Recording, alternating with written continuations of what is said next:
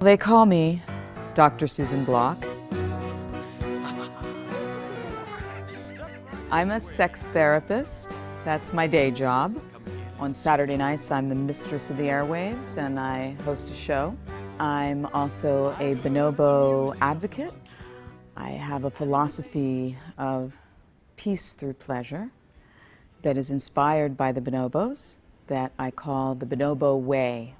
I first encountered bonobos in 1994.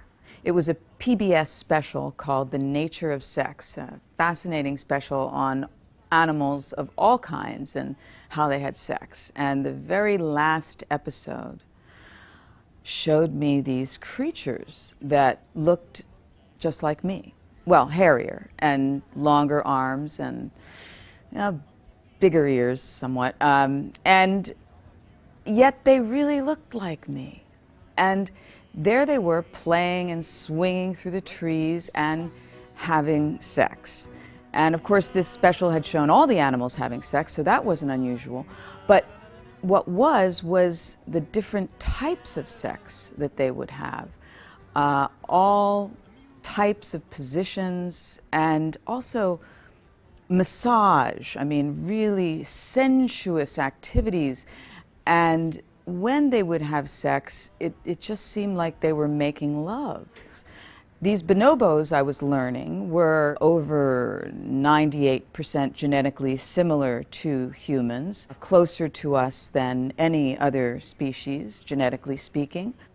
But then what won me over was to discover that it's not just how they have sex, but how they use sex that is quite remarkable. Bonobos seem to use sex to diffuse violent tension. They make each other feel good. They're all about calming each other down. And I think they have a lot to teach us because of the closeness that we have to them. They are highly endangered. They need our help to survive extinction.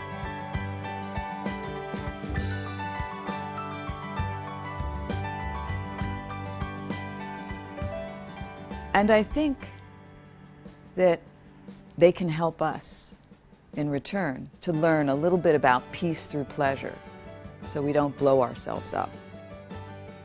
I just say we should be inspired by them.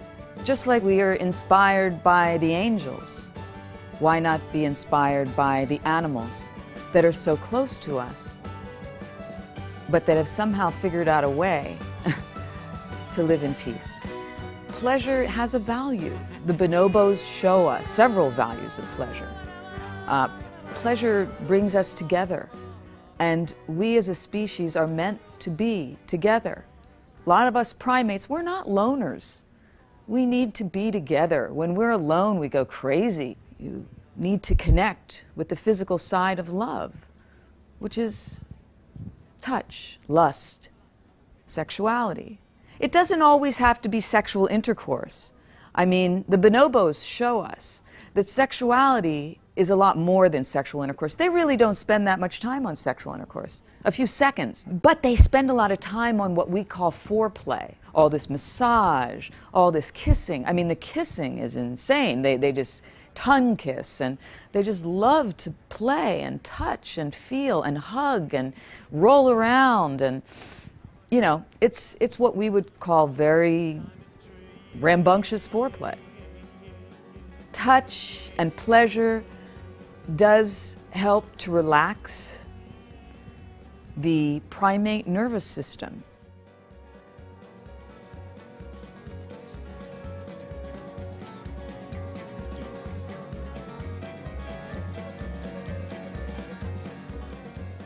Every religion has doctrine that separates humans from animals. And even the religion of science separates humans from animals in that, you know, we build skyscrapers and they don't. There are definite differences amongst us, just like there are differences between men and women and Americans and French. But the soul is not about the intellect. And the soul is not about the body, really. The soul is some essence, you know. If we've got it, they've got it. When bonobos look into each other's eyes, they've got to see that soul connection that we see when we look into each other's eyes. And certainly when I look into the eyes of a bonobo, as I have been privileged to do a few times, they look right at you. And you see yourself, you see your reflection. And what are you seeing? In part, you're seeing anthropology, the history, all the science. I think in part, you're also seeing our soul connection with our fellow creatures that, for me, is not fully explained by science. I haven't found an organized religion that really defines it, but it's there. And we who love our animals, we know it's there. Can I hear an amen? Amen. Can I hear an amen? Amen. I have this belief, it's in me from my childhood. And yet the characters just don't ring true. The God character, even the goddess.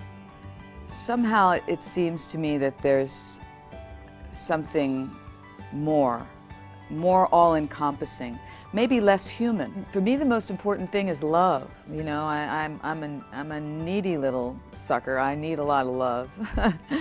And I try to give it as well. I love Jesus. I mean, I'm not a Christian, but I love Jesus because Jesus said God is love. God is love, and I agree. And I happen to think, in my definition, that he was including love on the physical plane. God's in everything, right? So God is in the orgasm, certainly. That's why we say, oh God, oh baby, oh God, because we're feeling it, feeling Him inside of us. We are angel and animal, and that's who we are.